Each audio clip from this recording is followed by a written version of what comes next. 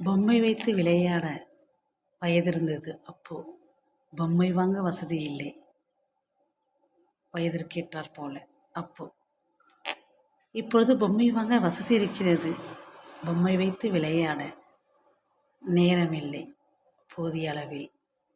என்னோட சின்ன பிள்ளை ஆசைக யாருமே நிறைவேற்றாத போது நான் நிறைவேற்றணும் அப்படின்னு ஆசைப்படுறேன்.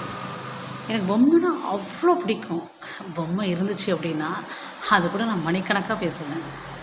சின்ன வயசில் நான் ஆசைப்படும் போது அதை வாங்கி கொடுக்குற சூழலில் ஏன் பெற்றவங்க இல்லை, என்னை படிக்க மட்டும் தான் வச்சாங்க.